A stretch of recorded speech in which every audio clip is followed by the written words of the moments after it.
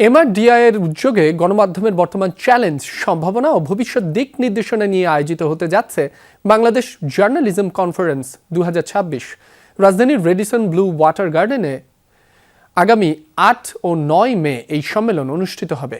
সকালে রাজধানীর daily star কার্যালয়ে এক সংবাদ সম্মেলনে এই ঘোষণা দেন এমআরডিআই এর নির্বাহী পরিচালক হাসিবুর রহমান। তিনি জানান, এবারের কনফারেন্সে 12টিরও বেশি সেশন অনুষ্ঠিত হবে, যেখানে 20 জনের বেশি আলোচক অংশ নেবেন।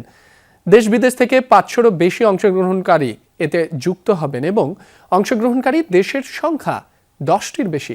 সম্মেলনে আঞ্চলিক ও আন্তর্জাতিক পর্যায়ের গণমাধ্যমের মালিক, সম্পাদক, উন্নয়ন সহযোগী এবং নাগরিক সমাজের প্রতিনিধিরা উপস্থিত থাকবেন। পাশাপাশি জাতীয় ও স্থানীয় পর্যায়ের সাংবাদিকদের সক্রিয় অংশগ্রহণ থাকবে।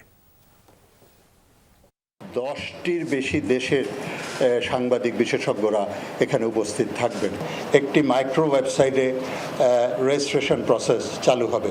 এই রেজিস্ট্রেশন করার পরে আমরা বাছাই করব এবং আমরা একটি ফিরতি মেল দিব এবং এটি একটি কিউআর কোড থাকবে।